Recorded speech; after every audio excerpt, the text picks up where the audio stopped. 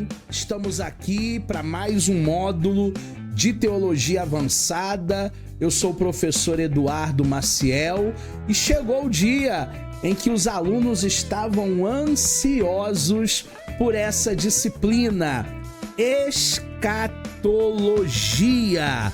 Escatologia é uma das disciplinas mais importantes do nosso curso avançado. Eu quero que você se aprofunde em cada aula. Conosco ao vivo a Priscila Serafim, o Márcio, o Léo Benjamin, conosco ao vivo o Ronaldo, também a Etienne, a Jaqueline, a Edivânia, ao vivo a Mônica, o Jean, a Jane, e se eu esqueci o nome de alguém, me perdoe, daqui a pouco eu vou falando com todo mundo nessa noite, buscando sempre conhecimento avançado. Nós estamos aqui em busca de conhecimento avançado e que você possa, através dessa disciplina que começa hoje, receber um conhecimento avançado, tirar todas as suas dúvidas e saber que nós estamos aqui no Instituto Fastef para que você tenha uma ótima formação. Escatologia é a doutrina das últimas coisas. A gente vai falar bastante com base no livro de Apocalipse, com base no livro de Daniel. Nós vamos falar bastante em cada encontro que nós tivermos aqui sobre a escatologia. O que nós vamos estudar, professor? Nós vamos estudar o arrebatamento. Vai ser a nossa primeira pauta, vai ser o nosso primeiro assunto aqui na nossa aula de hoje. Nós também vamos estudar o Tribunal de Cristo ou o Juízo do Grande Trono Branco. São sinônimos. Provavelmente no próximo encontro.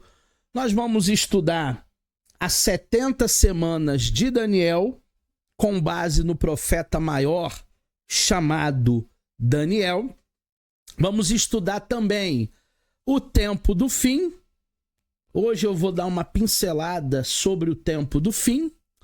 Vamos falar sobre as bodas do Cordeiro, que durarão no mínimo 7 anos.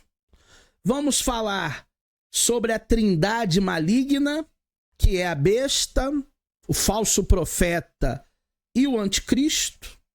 Vamos falar dos sinais dos últimos dias.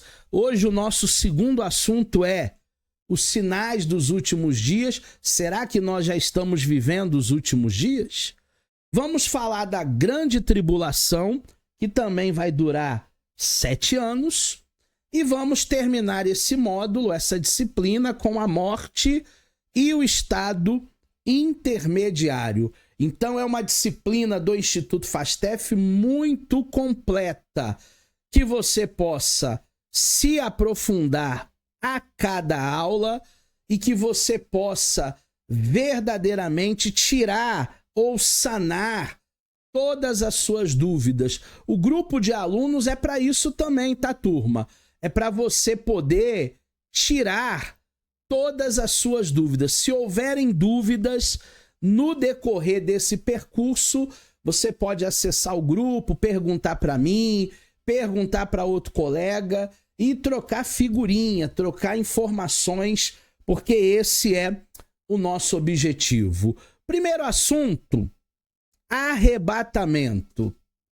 O termo tem o sentido escatológico e em 1 Tessalonicenses 4,17, onde Paulo descreve o momento em que os mortos em Cristo ressuscitam e os crentes vivos são levados para o céu para se encontrarem com o Senhor. Esse é o momento do arrebatamento. Em 1 Tessalonicenses 4,16, depois nós, os vivos que ficarmos, seremos arrebatados juntamente com eles entre as nuvens para o encontro com o Senhor nos ares, e assim estaremos sempre com o Senhor. Olha que texto importantíssimo que nós temos aqui em Tessalonicenses 4:17. É o texto que fala para nós justamente sobre o arrebatamento. O que acontecerá com os mortos vão ressuscitar. O que acontecerá com os crentes serão levados para o céu.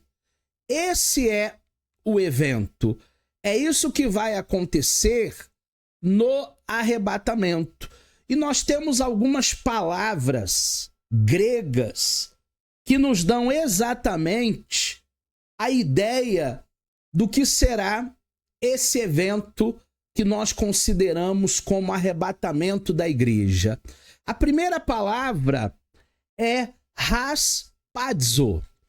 Haspadzo significa tomar para si.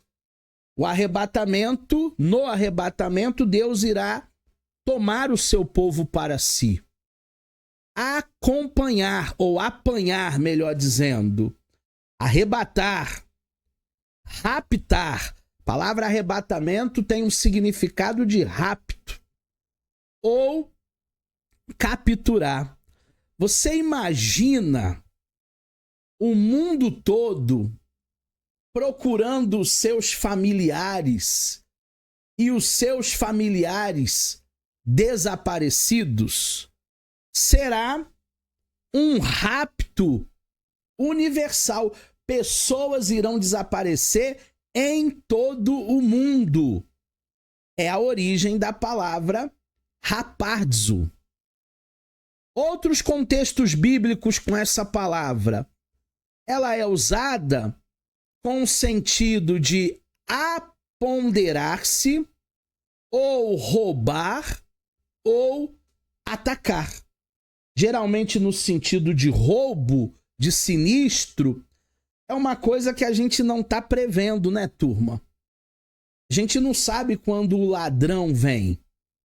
E geralmente a gente só coloca mais segurança depois que a porta foi arrombada, depois que houve uma tentativa de assalto bem sucedida ou mal sucedida. Então é nesse sentido, será imprevisível. Dentro de um sentido teológico da palavra harpazo, esse termo deriva de haideomai, que significa escolher, tomar, eleger. Ou seja, Jesus ele vai tomar legitimamente. Olha que trava-língua. Legitimamente a sua igreja, o seu povo, pois resgatou a sua igreja com sangue. Vamos lá para Atos capítulo 5, Atos capítulo 20, versículo 28. Deixa eu procurar aqui na minha Bíblia, você procura aí na sua Bíblia também. Atos 20, 28. Atos 20, 28. Achei. Tá lá. Cuidem de vocês mesmos e de todo o rebanho, o qual o Espírito Santo os colocou como bispos, para pastorearem a igreja de Deus, a qual ele comprou com o seu próprio sangue. Jesus, ele é o bom pastor. Ele resgatou a sua igreja. Por isso que nós seremos tomados, escolhidos, raptados, elegidos no arrebatamento. Aplicado ao 1 Tessalonicenses 4,17, que nós já lemos, o sentido é levado a ser levado por Jesus até as nuvens para um encontro com ele. Imagina você um encontro de uma pessoa, pode ser um parente, pode ser um familiar, pode ser alguém que você não vê há muito tempo. Você ficou anos e anos e anos sem ver essa pessoa. Imagina a expectativa do encontro. Pode ser um filho, pode ser um neto, pode ser um sobrinho, pode ser alguém que mora em outro país. Imagina quando a pessoa chega e diz assim, semana que vem eu tô aí. Você me busca no aeroporto? Você me busca na rodoviária? Olha a expectativa que vai ser ainda maior quando a igreja se encontrará com Cristo. Não é um roubo indevido, porque as ovelhas são dele, mas é uma ação legítima de Cristo para buscar a sua igreja, para buscar a sua noiva. É um roubo no sentido de que o dia nem a hora as pessoas não estarão esperando, no sentido de algo inesperado, mas também será um dia de muita alegria para aqueles que estarão salvos em Jesus. Temos o propósito e a atitude esperada, o propósito da nossa expectativa. Qual é, professor? O arrebatamento é o momento em que Jesus vem buscar a sua igreja antes da manifestação plena da sua vinda em glória. Então, antes do Armagedon, antes do juízo final, a igreja será arrebatada. Existem algumas correntes que acreditam que o arrebatamento será antes da grande tribulação. Isso é os pré-tribulacionistas.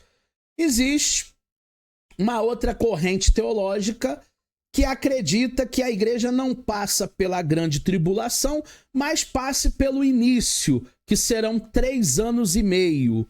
Aí são os mesotribulacionistas. E também tem uma terceira corrente que diz: se Deus ele não poupou nem os profetas, nem os apóstolos, nem os mártires, por que Deus iria então poupar a gente? Pelos nossos lindos olhos azuis? E essa corrente que acredita que a igreja passa pela grande tribulação é uma corrente chamada pós-tribulacionista. Quem está certo, quem está errado? Ninguém. Nós não sabemos. A Bíblia dá base para tudo. Eu quero crer que a igreja sobe antes. Mas se a igreja não subir antes, subir no meio ou subir depois, que eu e você estejamos preparados. Os cristãos devem esperar esse evento chamado arrebatamento em santidade e em vigilância, conforme diz 1 Tessalonicenses 5:23. Vamos lá? Abre aí. A sua Bíblia pode ser digital, pode também ser a sua Bíblia em papel. 1 Tessalonicenses, capítulo 5, versículo de número 23. Está na tela. O mesmo Deus da paz o santifiquem em tudo, em que o seu espírito, a sua alma e o seu corpo sejam conservados íntegros e irrepreensíveis na vinda do Senhor ou até a vinda do nosso Senhor Jesus Cristo.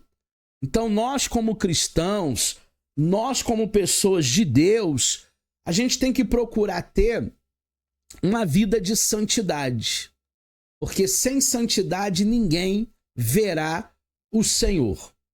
A gente tem que se manter firme em cada momento da nossa vida cristã, esperando o grande dia, esperando o dia da vinda do nosso Salvador, que é Cristo.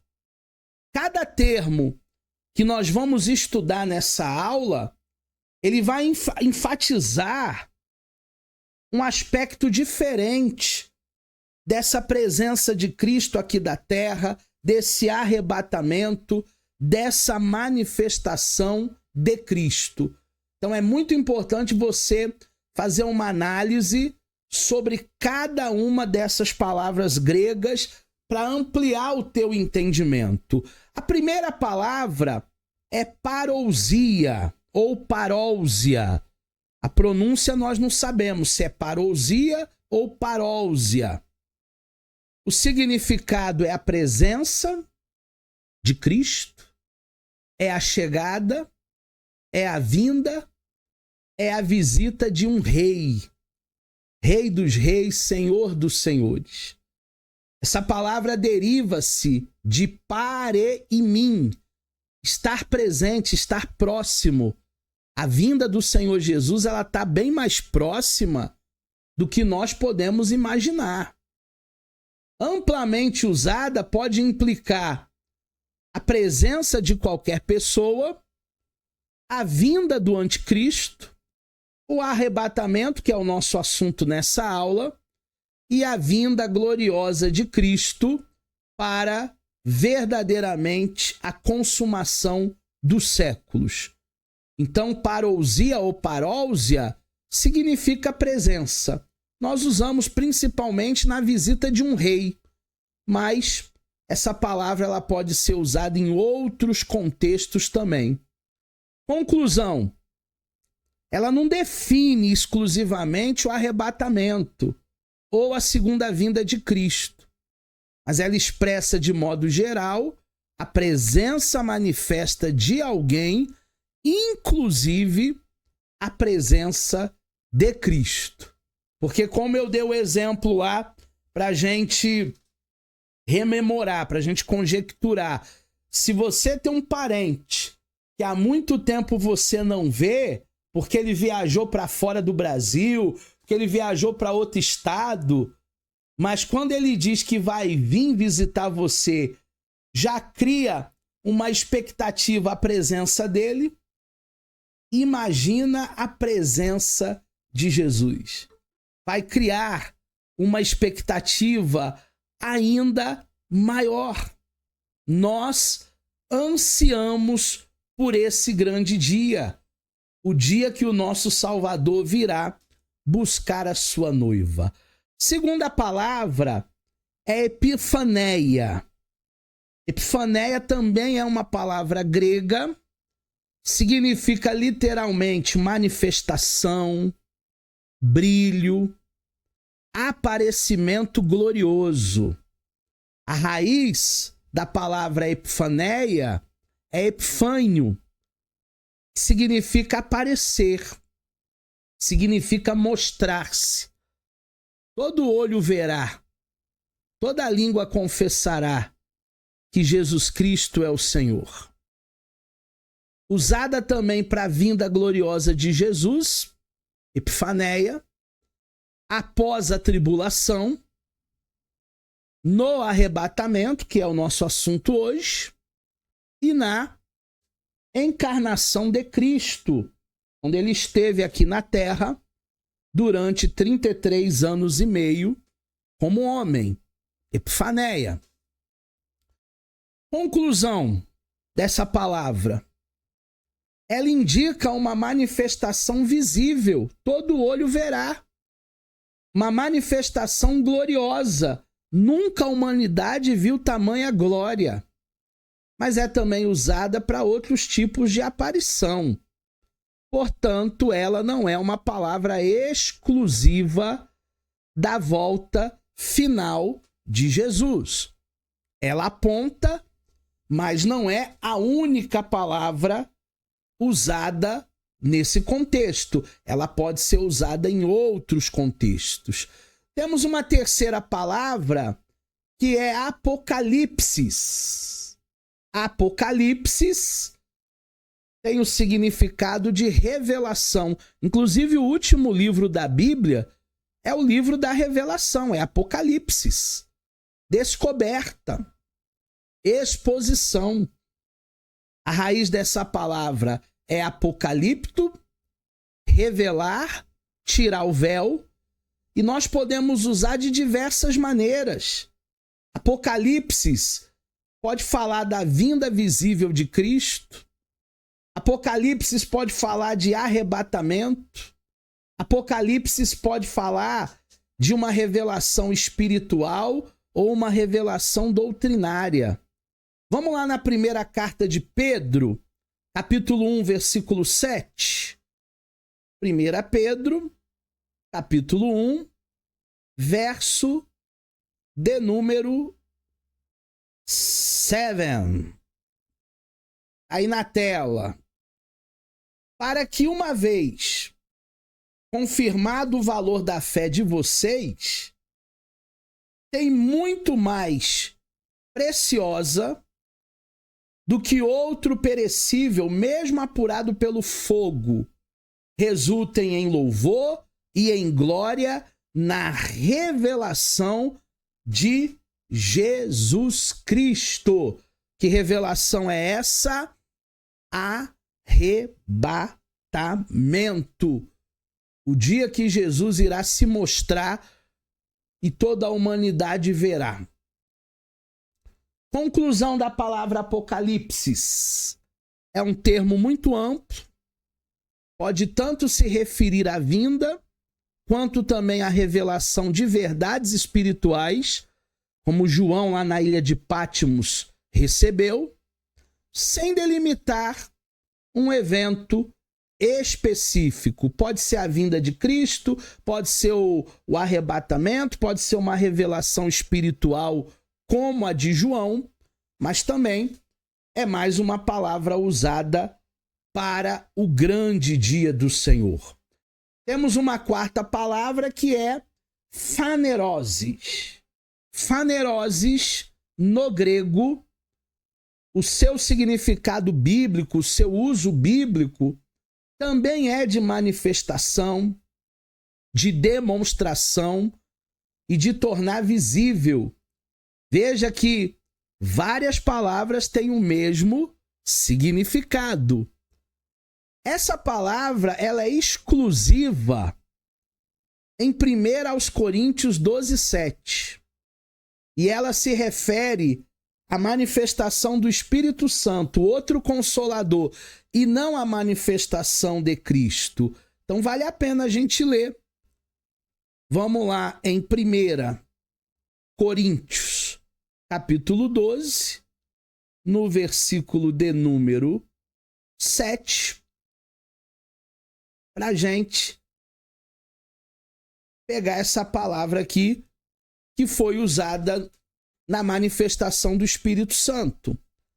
A manifestação do Espírito Santo, phaneroses, é concedida a cada um visando um fim, proveito.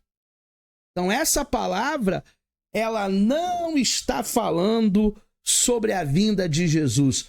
Ela está falando sobre a manifestação do Espírito Santo. O verbo relacionado phaneró é revelar, é mostrar. E no Novo Testamento o Espírito Santo foi revelado, mas também nunca foi aplicado à vinda de Cristo. Conclusão: não é o termo apropriado para designar a volta de Cristo. Phaneroses é o termo apropriado para a manifestação do Espírito Santo e não para o arrebatamento. Então falamos de 3 palavras que podem ter a ver com a vinda de Cristo e a última palavra, a quarta, não. Tem tudo a ver com o Espírito Santo. Vamos fazer uma síntese teológica e vamos ter uma conclusão geral. Nenhuma vinda específica, nenhum dos termos gregos define uma vinda específica, seja o arrebatamento, seja uma segunda, terceira vinda em glória. Não, nós temos palavras sobre manifestações genéricas, mas nós não temos uma exclusiva igual a última que a gente viu em Coríntios sobre o Espírito Santo. Aspectos complementares. Espera aí que ficou tortinho. Agora sim. Cada palavra destaca um aspecto complementar do retorno de Cristo. É como se fosse uma escada. É como se fosse degraus. Parousia é a presença real do Senhor. Epifaneia é a manifestação gloriosa, luminosa, brilhante. Apocalipse é a revelação plena e pública. Então a gente vai subindo essa escada. Então nós vamos encontrando nesses degraus aí revelações, crescimento, manifestações. E a palavra do Senhor ela vai se cumprindo. E tudo aquilo que João viu na ilha de Patmos e tudo aquilo que foi revelado a Daniel também vai se cumprir. E aí então todas essas palavras juntas, elas vão ter um caráter multifacetado da volta de Jesus, presente, gloriosa, reveladora. O arrebatamento é algo que vai acontecer. Só não sabemos ao certo se será antes, no meio ou depois da tribulação. Talvez você é um pré-tribulacionista, talvez você é um mesotribulacionista ou mid-tribulacionistas, aqueles que acreditam nos 3 anos e meio, ou talvez você é um pós-tribulacionista. Mas não há dúvida de que Jesus virá para buscar o seu povo. Não há dúvida de que Jesus vai voltar para buscar a sua igreja. Vamos falar, Priscila, Márcio, Léo, Etienne, Ronaldo, Jean, Jaqueline, canal da Sofia, Mônica, Jane, Edivânia, Gabriel. Vamos falar sobre o tempo do fim. Eu não sei se você, como eu, está tendo uma percepção de que as coisas estão mudando. E mudando para pior. Principalmente depois da pandemia. Principalmente depois da Covid-19. Uma velocidade muito rápida. As coisas estão acontecendo em nível hard. Muito rápido. Muito rápido. Nós não sabemos o que há de vir. Nós não sabemos o que há de acontecer nos próximos dias, meses, anos. Antigamente, quando eu comecei no seminário de teologia, há mais ou menos 35 anos atrás, eu já estudava teologia. Os meus professores, há 30 anos atrás, falavam do Apocalipse, mas era uma coisa tão distante, era uma coisa tão remota. A gente achava 30 anos atrás que ia demorar, ó.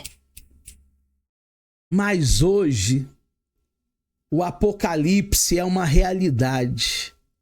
Hoje nós falamos em inteligência artificial. Hoje nós falamos em robôs humanoides. Estão quase descobrindo a cura para o câncer, para outras doenças como Alzheimer. Gente, Jesus vai voltar. E sobre essa questão de finais dos tempos, nós temos o texto de Mateus 24, que eu queria que essa semana você lesse o capítulo todo. Vamos fazer um dever de casa? Vamos fazer Mateus 24? E quem for mais audacioso, menos preguiçoso, faz também Marcos 13 e faz também Lucas 21. Uma leitura para a próxima quinta-feira, uma leitura para a próxima aula. Porque aqui registram-se perguntas dos próprios discípulos sobre quais seriam os sinais da vinda de Cristo. Tem uma dupla pergunta de um discípulo que ele diz assim: mestre, quando é que essas coisas vão acontecer? Quando é que a destruição do templo ocorrerá? Mestre, qual é o sinal para a gente entender que haverá a tua vinda e a consumação dos séculos? Turma, é algo que os discípulos se perguntavam e é algo que nós continuamos perguntando até o dia de hoje. Quais são os sinais? Dentro do contexto judaico versus o contexto gentil, todo mundo que não é judeu é gentil.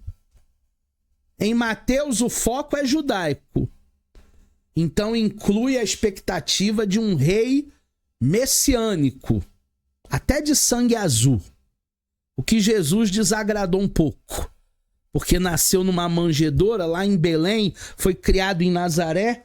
Pode vir alguma coisa boa de Nazaré? Em Marcos e em Lucas, o público não é judaico, o público é gentílico. O Jean já estudou isso com a gente, a Jaqueline já estudou isso com a gente na aula presencial lá em Queimados. Sem a expectativa e sem omitir a parte sobre o reino. O reino de Deus está próximo. A pregação de João Batista era: arrependei-vos. E essa tem que ser a pregação hoje nos nossos púlpitos. Os nossos púlpitos estão impregnados de teologia do coach, de filosofia, de neuromarketing. Mas pouco se prega sobre salvação. Pouco se sabe sobre arrebatamento. Pouco se fala sobre os sinais para a igreja ter temor e tremor. A igreja precisa ter temor e tremor, porque o que há de vir virá e não tardará. Existe uma grande diferença entre os evangelhos de Mateus, Marcos, Lucas e João.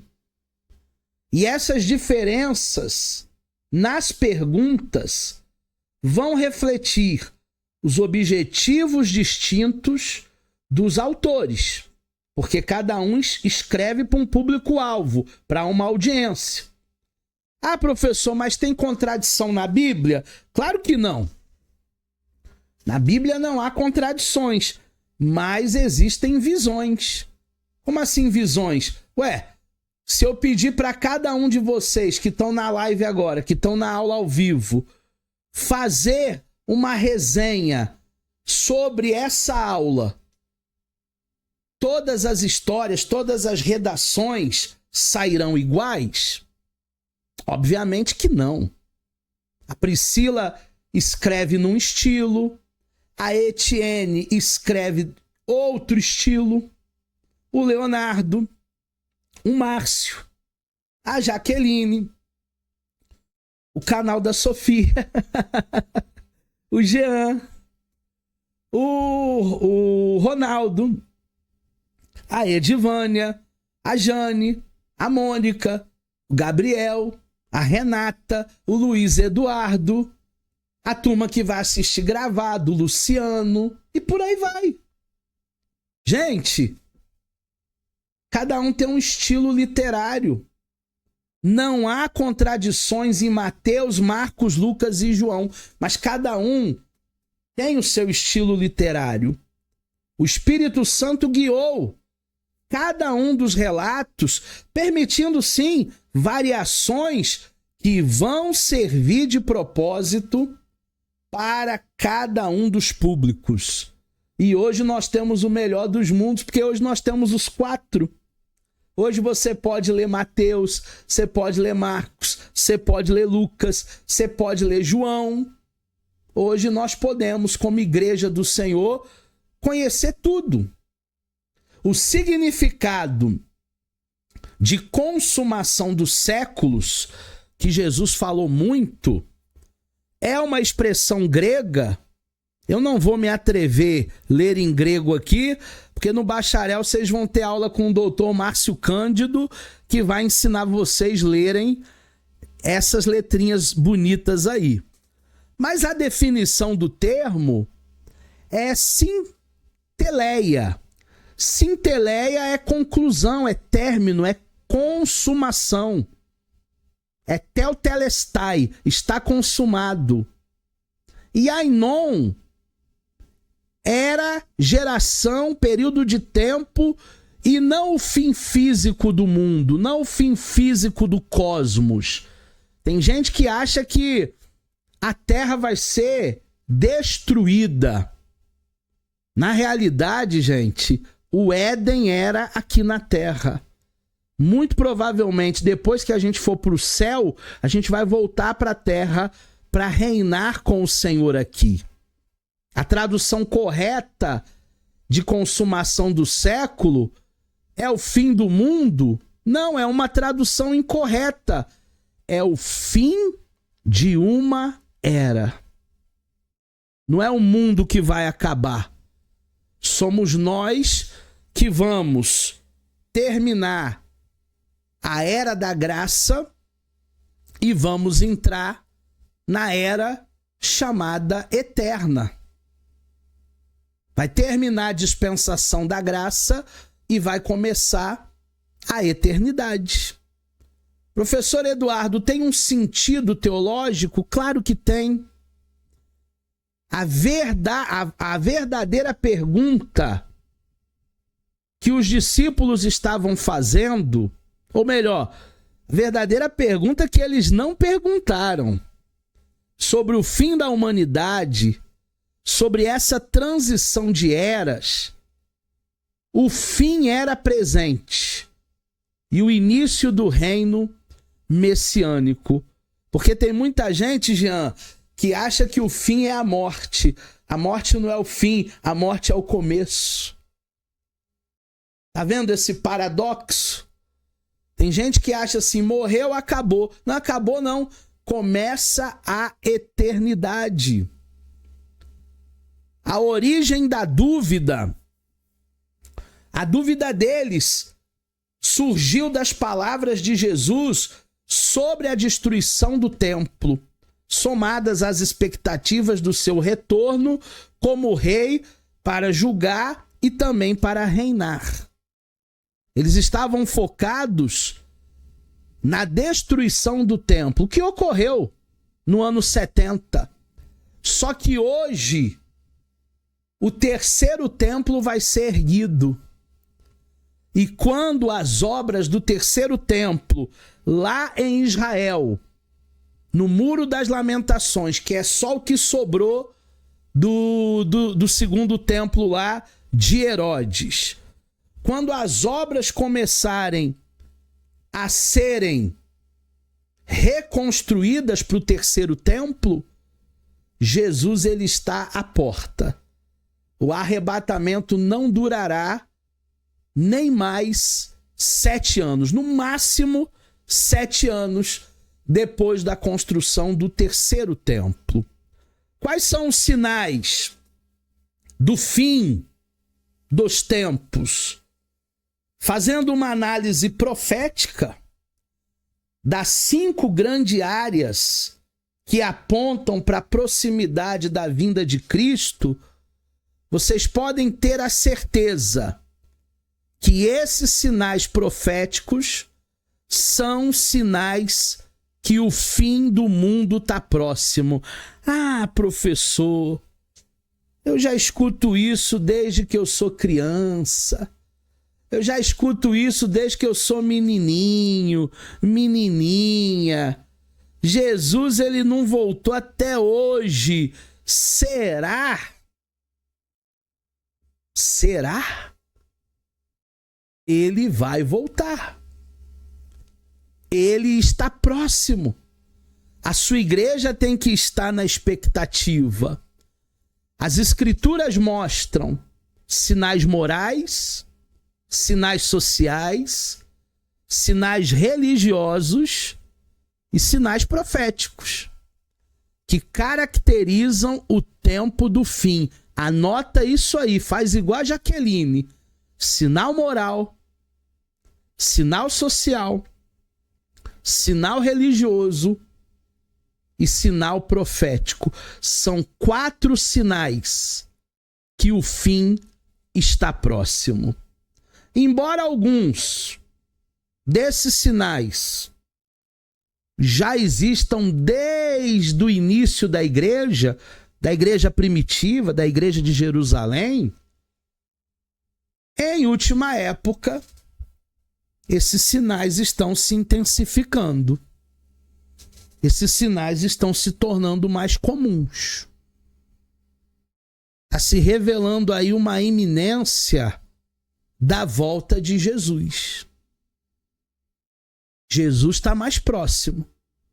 O dia da nossa salvação está mais próximo. E a gente não pode brincar de ser crente, ser fiel a Deus. Porque o inimigo das nossas almas, ele não brinca de ser o inimigo. Ele tenta em todo o tempo roubar, matar e destruir. E tem muita gente dentro das igrejas brincando de ser cristão, evangélico.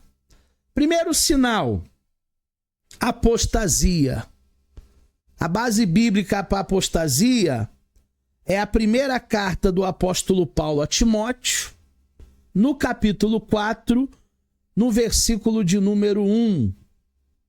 Primeira de Timóteo 4:1. Achei aqui na minha. Ora, o Espírito afirma expressamente que nos últimos tempos alguns se apostatarão da fé por obedecerem a espíritos enganadores e a doutrina de demônios. Turma, aonde que esse pessoal vai se apostatar da fé? Nas igrejas. As igrejas não mais vão pregar o evangelho, as igrejas vão pregar coach, as igrejas vão pregar filosofia, as igrejas vão pregar um bocado de coisa que não é bíblico, só para entreter. As pessoas vão domingo na igreja só para ter entretenimento. Antigamente se ia no cinema, antigamente se ia no shopping, antigamente se ia no teatro. Agora tem tudo isso na igreja e ainda é de graça, não paga nada. Apostasia. O significado de apostasia é uma revolta, é um afastamento, é um divórcio de Deus. Será que todo mundo que está na igreja está bem com Deus? Ou será que as pessoas vão à igreja para elas não ficarem mal com o pastor? Ah, não, eu tenho que ir, né? Senão o pastor me pega, senão o pastor me dá bronca. Apostasia indica o abandono da verdadeira fé. Já não vemos mais milagres como no tempo de Jesus. Já não vemos mais milagres que nós víamos nas décadas passadas. Rebeliões espirituais, perda de compromisso, compromisso com as escrituras, compromisso doutrinário. Turma, todos os líderes que eu converso, e eu converso com muitos pastores, muitos líderes, eles têm a mesma reclamação. Igrejas cheias de pessoas vazias. Igreja cheia de gente descompromissada. É uma realidade. Não é só na igreja do Jean, não é só na igreja da Etienne, não é só na igreja da Jaqueline, não é só na igreja do Ronaldo, não é só na igreja da Mônica, não é só na igreja do Márcio, não é só na igreja da Jane. Peguei um de cada igreja, tá? Um de cada igreja. É geral. A apostasia está destruindo o celeiro.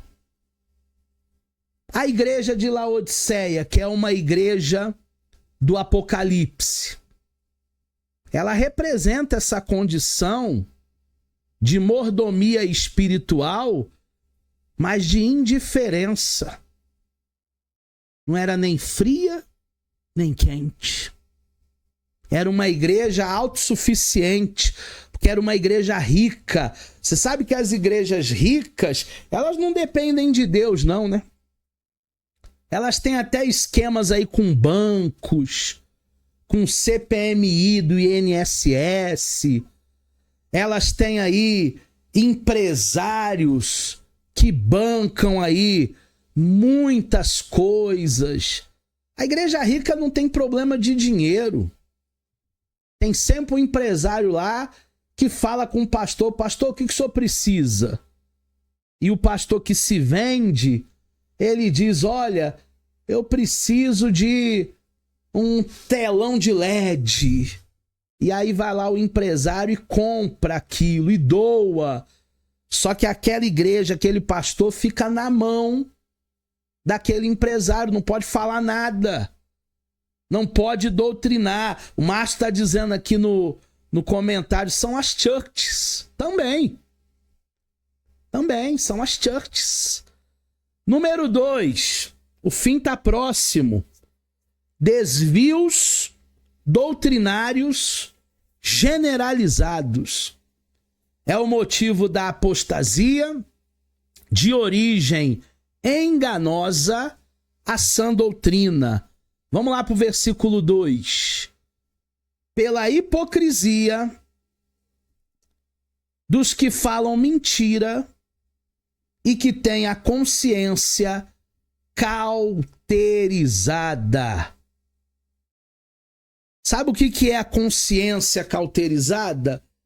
Eles acham que estão fazendo o bem para nós. Eles acham que estão fazendo o bem para a igreja. Mas eles não estão, eles só pensam neles. Desvios doutrinários pela hipocrisia são marcas desse tempo.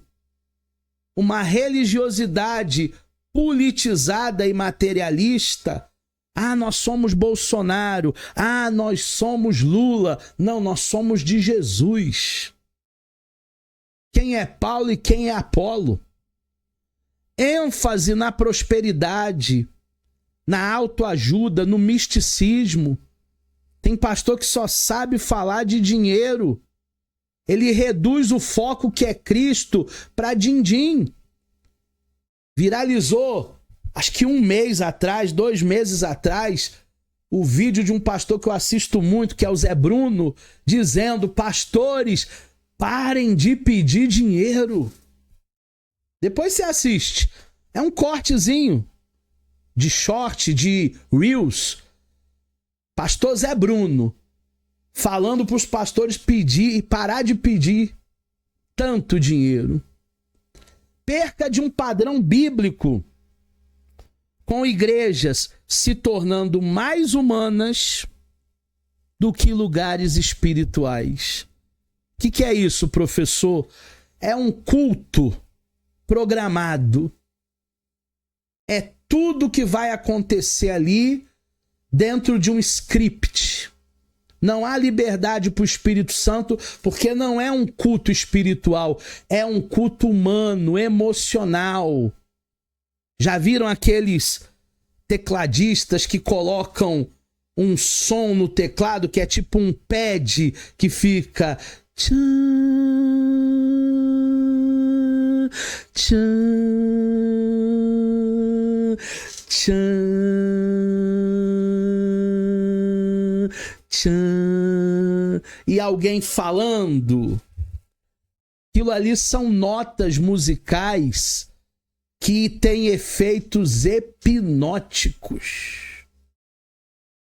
A ministração da palavra não precisa de um tecladista molhando a terra. Não precisa.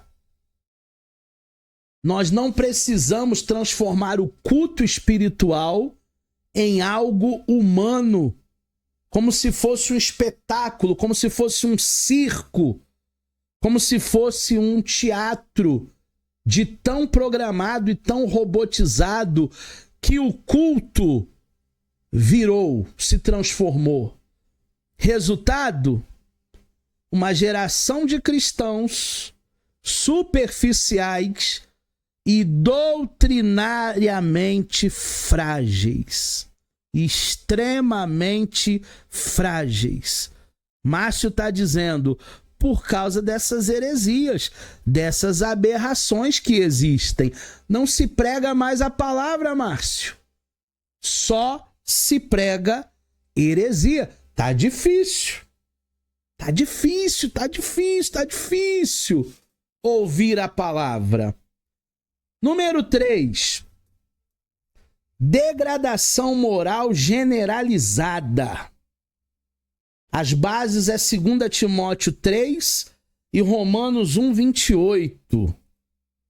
Paulo descreve tempos difíceis, turma, marcados por amor excessivo a si mesmo, narcisismo,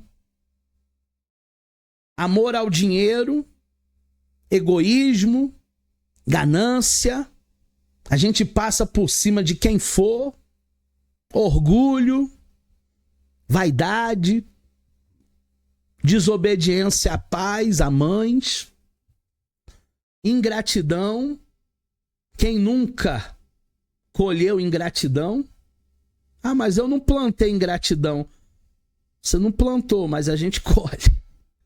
Crueldade. Vocês viram os meninos que mataram o cachorro? Crueldade. Valorização dos prazeres acima de Deus. Essa sequência forma um espiral moral descendente,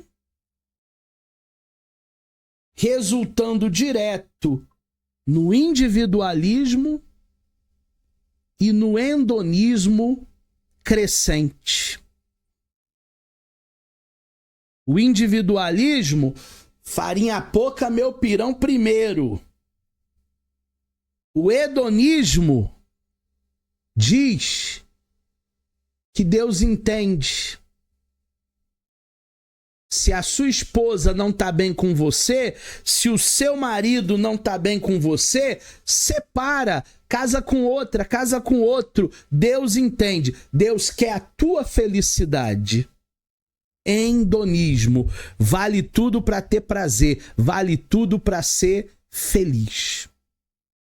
Número 4. Mais um sinal de que a vinda do Senhor está próxima. Desenvolvimento da ciência e desenvolvimento dos transportes. Eu estou morando numa cidade aqui no interior de São Paulo, que vai ser a primeira cidade do Brasil esse ano de 2026 com a frota totalmente elétrica. Não vai existir mais ônibus a gasolina a combustão aqui. Uma frota totalmente elétrica, sem barulho, com ar-condicionado gelando, ônibus tudo novinho. É o desenvolvimento da ciência e dos transportes. Vamos abrir lá em Daniel, profeta maior, capítulo de número 12, versículo de número 4. Daniel foi um homem que teve uma visão muito ampla. Tá aí na tela. Quando você, Daniel, quanto a você, encerre as palavras e cele o livro até o tempo do fim, muitos correrão de um lado para o outro e o saber se multiplicará. Como é que a gente corre de um lado para o outro? De carro. De avião. Eu consigo fazer da cidade que eu tô morando pro Rio de Janeiro para dar aula na ida 4h20, 4h30. Na volta é mais rápido, 3h20. Como é que eu consigo me locomover tão rápido? Eu saio daqui 6 da manhã, 9h20 da manhã, 10h20 da manhã, eu já tô aí no Rio. Como? Automóvel. Transporte. Se fosse de avião, era meia hora. É o início do tempo do fim. A multiplicação e os avanços tecnológicos sem precedente. A expansão dos meios de transporte. A Embraer já está falando em carro voador. Já tem 25 mil protótipos vendidos, encomendados. O carro voador é uma espécie de um drone bem grandão que você senta nele e começa a voar, de Queimados até Nova Iguaçu, sem pegar trânsito na Dutra. Possibilidades atuais que antes eram impensáveis para engenharia genética, biotecnológica, sistemas de controle global, chips de identificação na íris, Face, ID. Hoje você desbloqueia a tela do seu celular com o seu rosto. É o scanner. Tudo isso vai mostrar pra gente o cumprimento literal da profecia sobre o aceleramento do saber humano. Jesus está voltando.